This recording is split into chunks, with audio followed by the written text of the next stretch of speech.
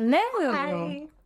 I don't know. I keep changing it. I know. I was like, Julie. You're on point. I'm the one that I don't know what I was doing. I was fixing my shirt, everything. It's a day. Yes. We were just talking about that anyway. I know. But here we are. And this is a thread that actually went viral on Threads. It was a topic on Threads. That's what I meant to say. It was a topic on Threads. And I had actually never heard of this. I think I had heard about it because of a movie. Okay. I had seen something about it in a movie, but that's it. Like, I didn't even think it was like a real thing. So we're talking about third man syndrome, and I had never heard about this before. Super interesting. Yeah. Once I started kind of reading into it, I was like, okay, I see where this is kind of going, but I didn't know what would spark so much interest. Threads really liked it. So we're like, okay, let's give it a shot. All right, let's do it. Yes. All right. So what is it? Third man syndrome, also called third man factor, is a pretty cool phenomenon experienced by individuals in really extreme situations. So think about explorers, mountaineers, survivors of disasters. These are usually the people that can experience this type of phenomenon. It involves the perception or sensation of an unseen presence, but that's going to provide you comfort, support, guidance during times of distress or life-threatening circumstances. Right. I guess my third man person hates me because it never comes to me in times of distress. I'm just kidding. Thankfully, I've never been in those situations. I was gonna say, like, well, you've been snowboarding and stuff, so yeah, but I don't see it. If I see a third person, I'm gonna die. well, that's it. Like, that's kind of like when these people see it when they're like near death or very, very, very, very dangerous situations. It reminds me of the Sandra Bullock movie when one? she's lost in space. Oh yeah, Gravity. Gravity. Yeah. So it reminds me of that she's like talking to George Clooney. That's exactly it. Or something. That's exactly it. Or like Castaway. Or Castaway. Yes, Wilson. So you see, it's those are perfect examples of exactly this. It's like you're pretty close to death. Everything looks real dire, you know. So then I guess we're gonna talk into it. Like, let's keep going. All right. So this kind of syndrome is not fully understood, but it's thought to be a coping mechanism triggered by the brain during high stress situations. Right. But maybe related to the brain's response to maybe isolation, stress, or need for social interaction and support. While the experience is subjective, many who have encountered it feel like it's really real and often provides strength and motivation that's needed to kind of overcome the situation. This phenomenon is distinct from hallucinations or delusions, as it typically occurs in otherwise mentally healthy individuals and often described as comforting and a positive experience. Right. So and there's been like reported cases of people in isolation we're gonna get into it. And all of that. Yeah, we're gonna talk also at the end of this episode, like some actual accounts of people that have experienced this. Why did they like what dire situation were they in and how did they even experience it? Because everybody has a different, it's not always like this person that they see. Sometimes it's like a whole situation, that presents itself as a third man syndrome type of thing. So that'll be at the end once we keep defining this. So where did the syndrome come from? Like, how was it named? All that stuff. So this phenomenon is named after an experience described by Sir Ernest Shackleton, an Antarctic explorer. Jesus. Dire situation. Who recounted feeling an additional presence with him and his team during a harrowing journey. I mean, that's just So Shackleton's expedition, known as the Endurance Expedition, tell me about endurance. Like, you're going to need every sort of endurance to go through the Antarctic. Exactly. I think you need an endurance just to get there. Yeah, exactly. You have to cross that crazy... In 1914. Yeah. How did he get there? Hence this. Anyway. Hence this, We understand, Sir Shackleton. Exactly. We understand. So in 1914, this is when it began, and it was with the goal of making the first land crossing of Antarctica. However, the experience faced severe challenges, as high probability that it was going to. And then when their ship, the Endurance, became trapped and eventually crushed by pack ice. So like it's packed ice, right? So it's like think of the Antarctic. So it's big sheets of I'm guessing it's like glaciers. Exactly. And then this left the crew stranded in the ice floes of the Weddell Sea. So it's like one of the seas of Antarctica there. Is the North Sea like... No, you're thinking of that pass. Yes. Between like Argentina at the bottom. Right? To Antarctica. Yeah. And there's a name for it. I don't know if it's the Darwin Pass. There's a pass. Yes, there is. There's a path, It's all over TikTok. It's all over my TikTok page, and I would die if I had to. I remember when you said, "Oh, I would love to see Antarctica or something like that." And then you're like, you have to cross the North Sea, and then I was like, that's actually been very much on my TikTok for you page. Yeah. And I do not want that. I don't think it's a North Sea because I think the North Sea is no, but there's definitely a path. But there's definitely a path, and some people like kind of cruise around it, but they don't like actually go. And there's actual like passenger cruise ships that are like smaller and more designed for that, and still these like regular commercial cruise ships, you see the stuff, and it's like the waves are not for me. Not for me. It's so intense. No, I can't. Anyway, I get nervous. So yeah, they managed to get through that and whatever, and they made it to Antarctica, but then tragedy. So for nearly 2 years, Shackleton and his crew endured extreme conditions, including harsh weather, limited food supplies, and complete isolation. You're talking about this happening in 1914 in Antarctica. How did they survive? So, despite these challenges, Shackleton's leadership and determination played a crucial role in ensuring the survival of all 27 men. This guy's like the ultimate badass. I know. I want to meet him. I know. Well, I mean, he's probably... but anyway. No, he's most likely. More than likely. If you see him, run. You're experiencing third man syndrome at that point. If you see him, run. He is not my third man. So during the most critical phase of their journey, Shackleton and the small group set out on an 800-mile open boat journey to seek help from a whaling station in South Georgia Island. This journey was fraught and dangerous and required navigating treacherous seas and crossing mountainous terrain. It was during their incredibly crazy journey that Shackleton reported experiencing the sensation of an unseen presence guiding and supporting him. He described this feeling as though there was an extra member in their group providing encouragement and direction. This experience of a comforting presence during extreme adversity became known as the third man syndrome, a term later popularized by T.S. Eliot in his poem The Wasteland, which references Shackleton's account. And Shackleton and his two companions frequently felt as though a fourth person was accompanying them. This sensation inspired T.S. Eliot to write this stanza in his poem, which is where this came from. And then it kind of describes it pretty well. So, who is this third who walks always beside you? When I count, there are only you and I together. But when I look ahead up the white road, there is always another one walking beside you, gliding wrapped in a brown mantle, hooded. I don't know whether man or a woman, but who is that on the other side of you? So it was like a hooded figure that they were seeing. Yeah, again, that's not what I was thinking. Yeah, I mean, kind of sounds like death, like, following. Yeah, you. Exactly. That's exactly that's my interpretation. The Grim Reaper. That's what I literally thought. Yeah. So Shackleton's story is not only a testament to human endurance and leadership, but also provides insight into the psychological mechanisms that may arise under extreme stress. I mean, I don't need any more motivation than that. If I see the Reaper, that is going to motivate me to survive. And that's probably what happened. I'm gonna escape that man. That's probably what happened. He's like, it's coming. It's getting closer. Coming, so let's go. We gotta survive. Those 800 miles, we're doing them.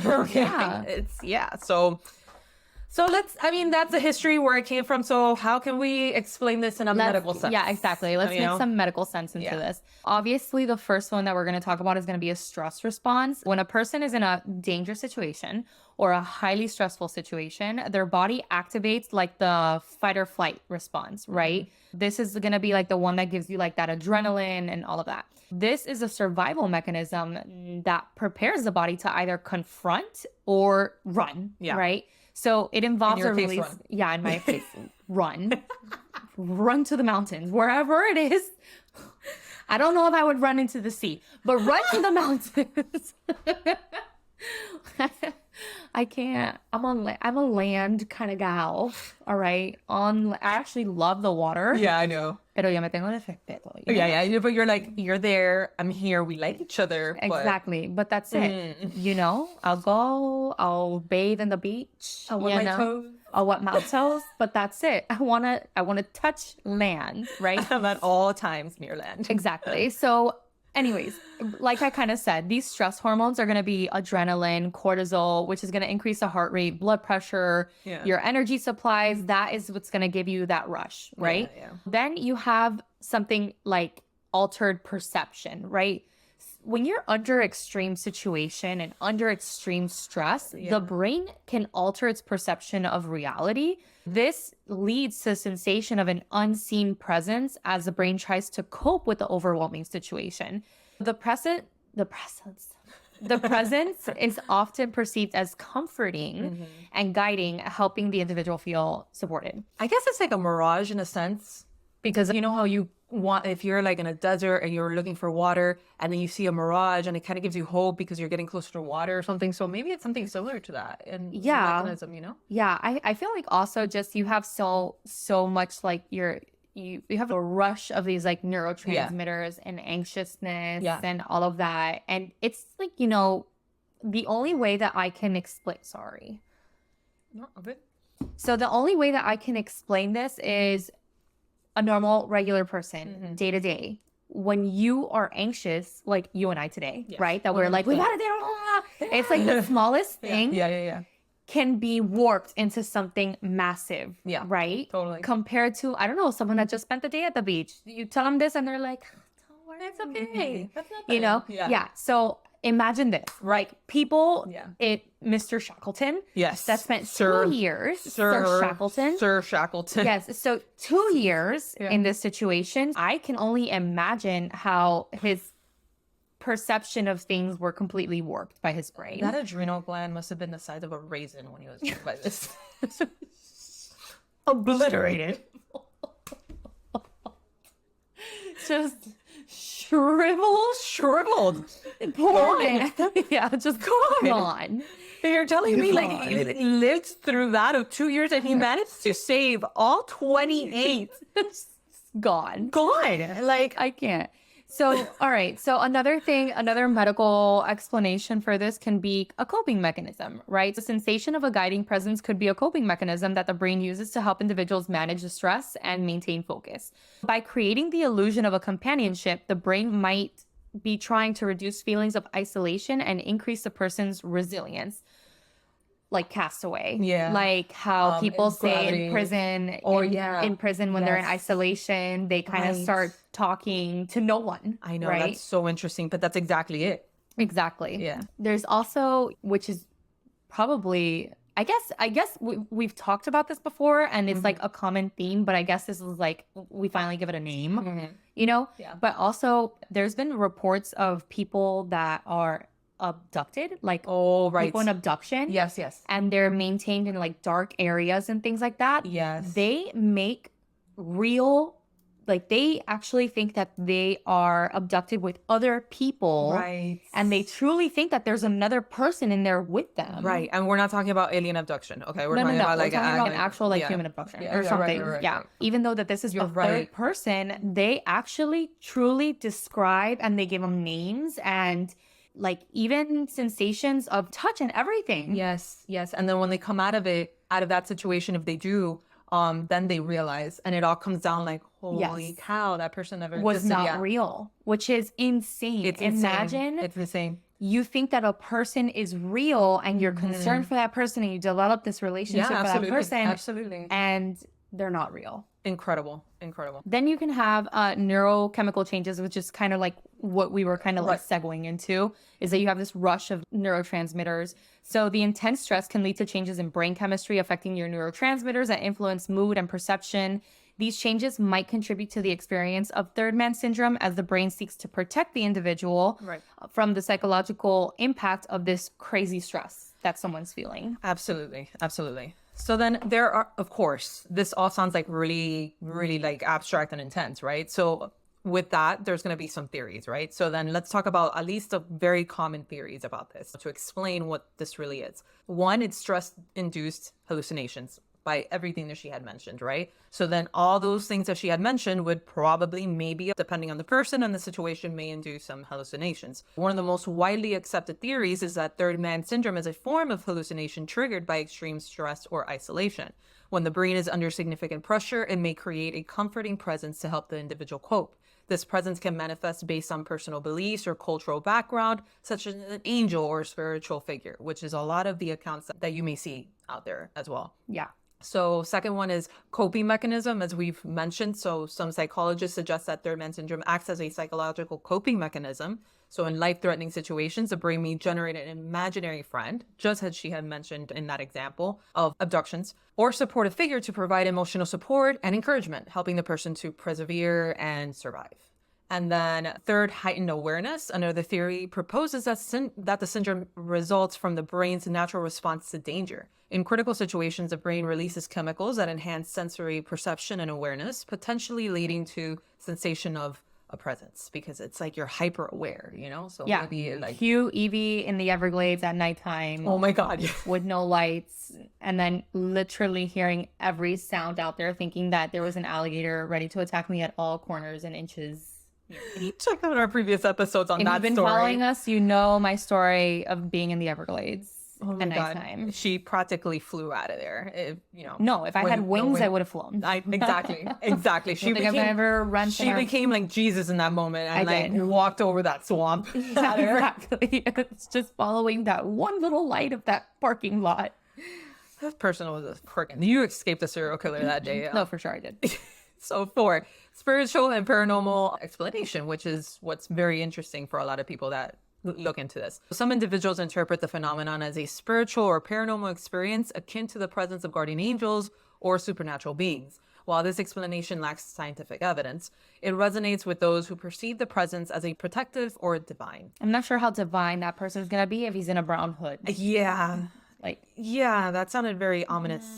Not sure if angels wear brown. I'm unsure of that statement. It's not in their color palette. Yeah, for not uniforms. sure if that's part of the neutrals. I'm just kidding. Brown is the neutral, but not heavenly neutrals. Yeah, no, not with the heavenly, divine. Yeah. No. Anyway, so, and then this one that I had never heard of, bicameral mentality. So it's a less common theory that relates to the concept of bicameral mentality, where the mind is thought to operate in two separate chambers. In extreme conditions, these chambers might communicate in a way that creates the illusion of an external presence. So pretty cool. Despite the varied theories, the third man syndrome remains a mysterious and intriguing subject, highlighting the complex ways in which the human mind responds to adversity. Whether viewed as a psychological phenomenon or a spiritual encounter, it underscores the resilience and adaptability of the human spirits in times of crisis. Because it's crazy how the mind can just help you get through these insane moments, Yeah. So we're gonna go ahead and mention some accounts that sounded pretty interesting, just to give you more of an idea of how different it could be per account, per situation too. All right, so first one is going to be Joe Simpson's climbing accident.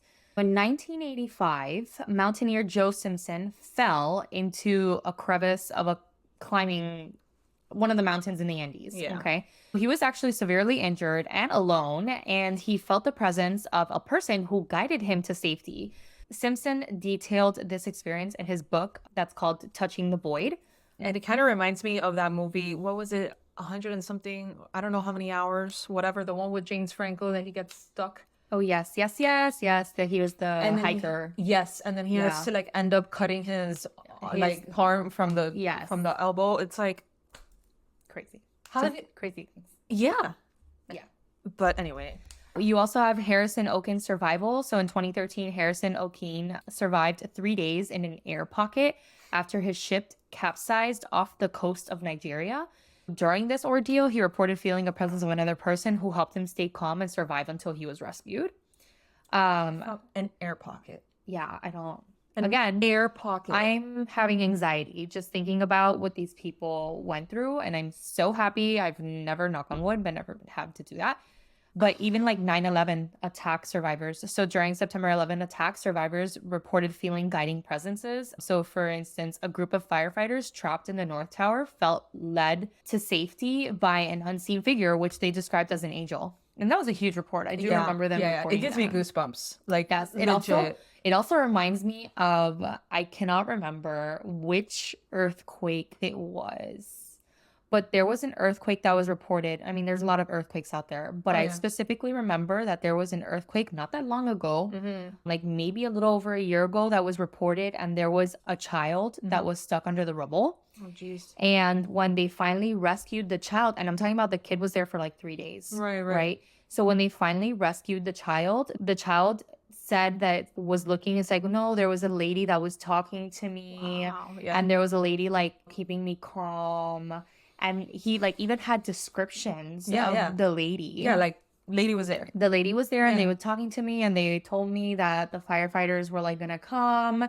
And like he even went as far, I can't remember if it was a little boy or a little girl, but the child even went as far as to say that that person fed him water. Wow. Yeah. So which is just crazy. Yeah.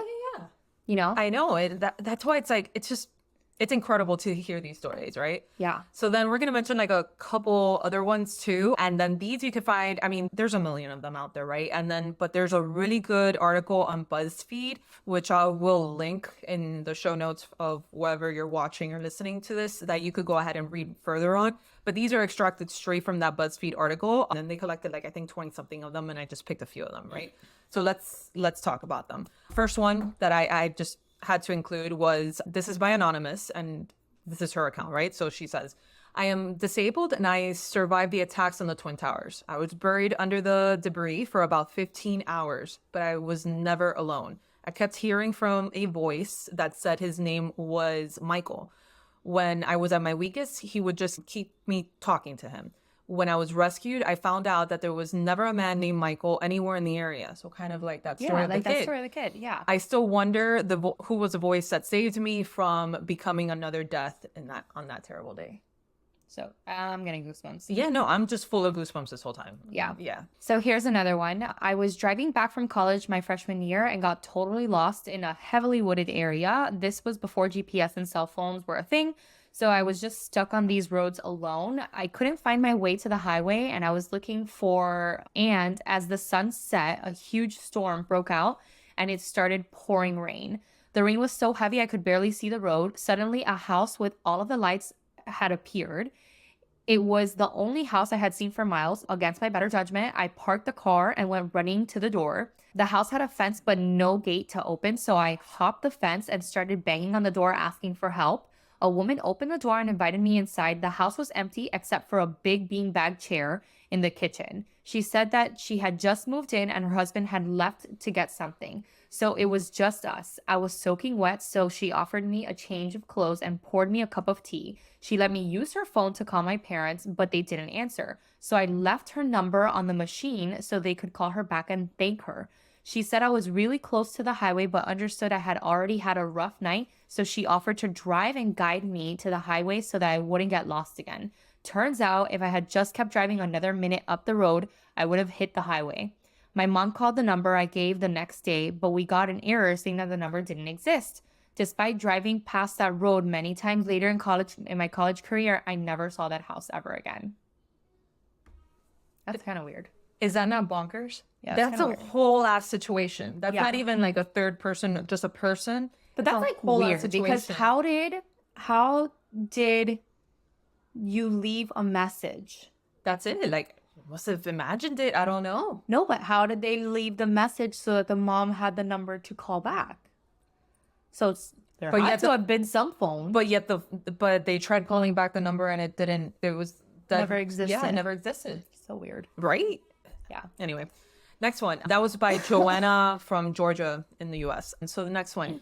Years ago, I was heading back by train from my parents' house to university. It was late and I had my head resting on the window and my eyes closed. Suddenly, a voice started telling me to move. It got louder and more urgent. But when I opened my eyes, there was no one yelling at me on the train. The other few passengers were all minding their own business. The voice in my head got louder and louder, more and more urgent. I felt silly moving, but I finally couldn't ignore the voice any longer. So I scooted the seat over and sat upright. Just then, a bullet came through the train window, right where my head had been. I'd been done if I'd stayed where I was.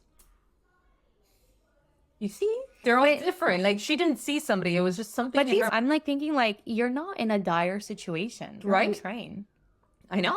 And that's what she was saying. It was like nothing was happening. Everybody was minding their own business. She was like kind of like almost napping. Like she was just like laying her head on the window. That's weird.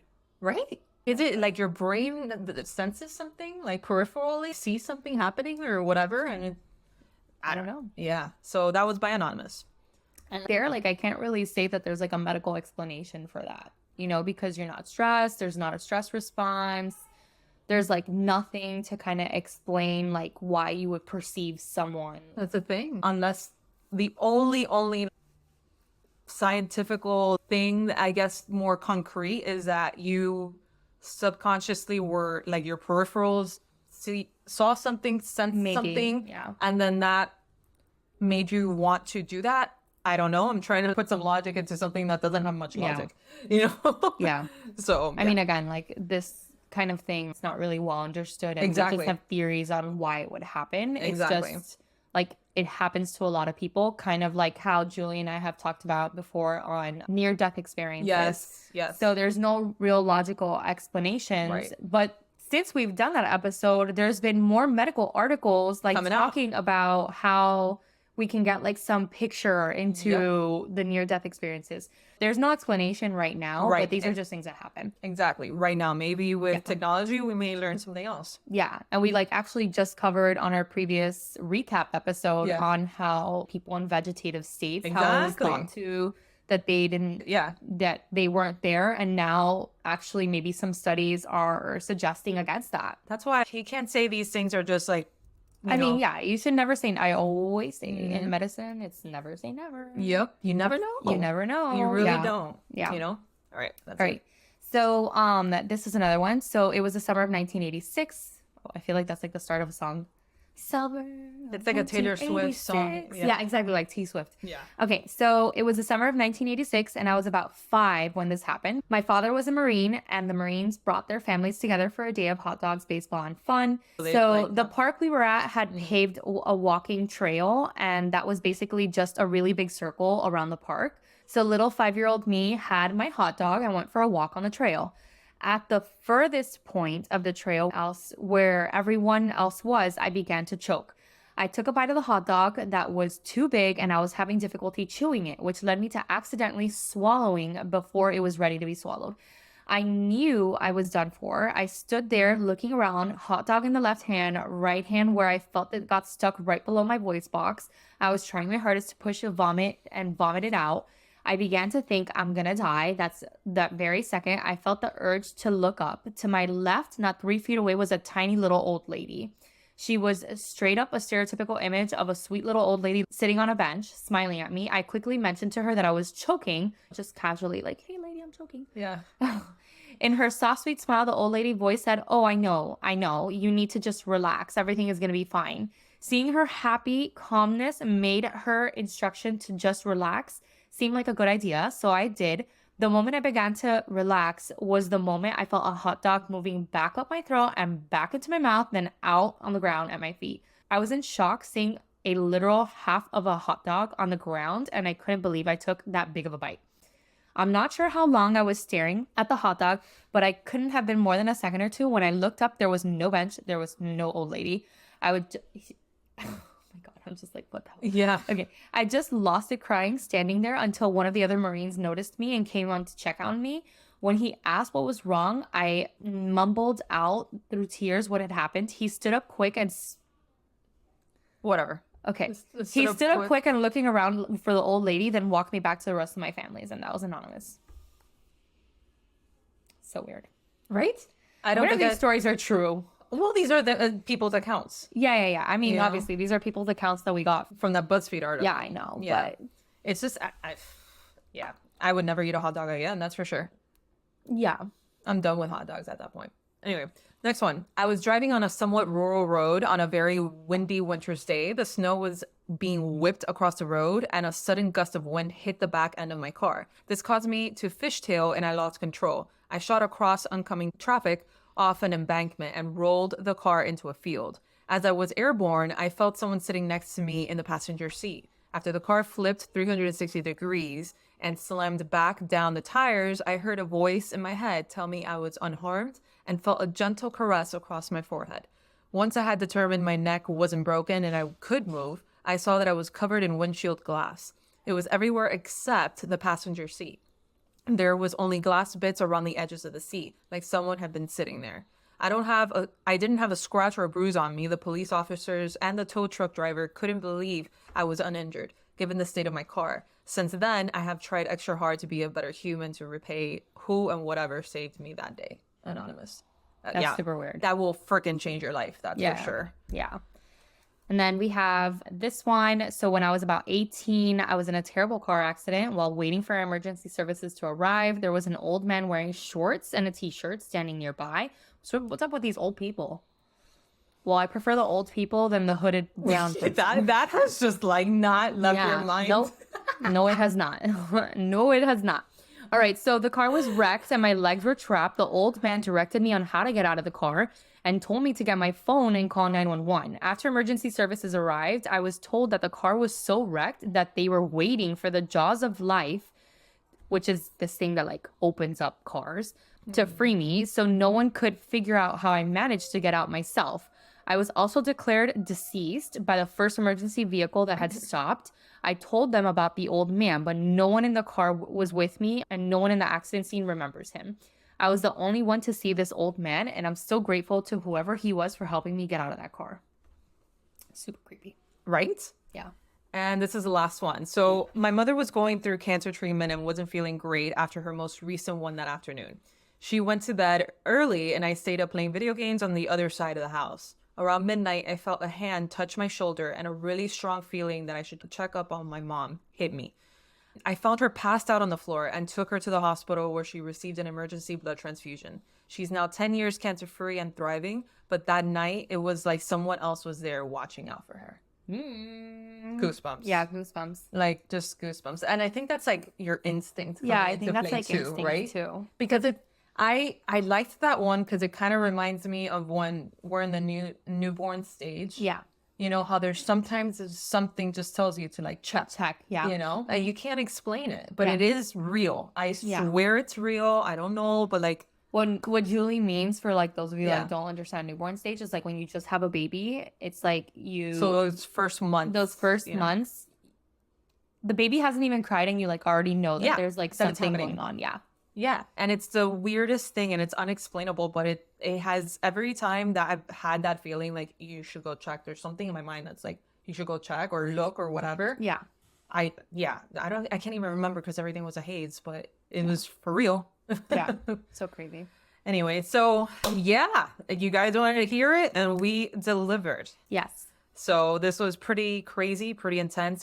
I could totally understand how this could be very woo-hoo and people could attribute this to spirituality and like the basis of religion and all that stuff. But there is a psychological factor to it. When you do add in those stress hormones and that high intensity and you're in that survival and all that stuff. Yeah.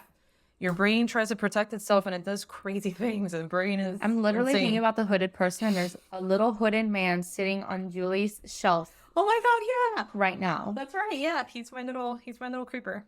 So I'm literally You had never seen him?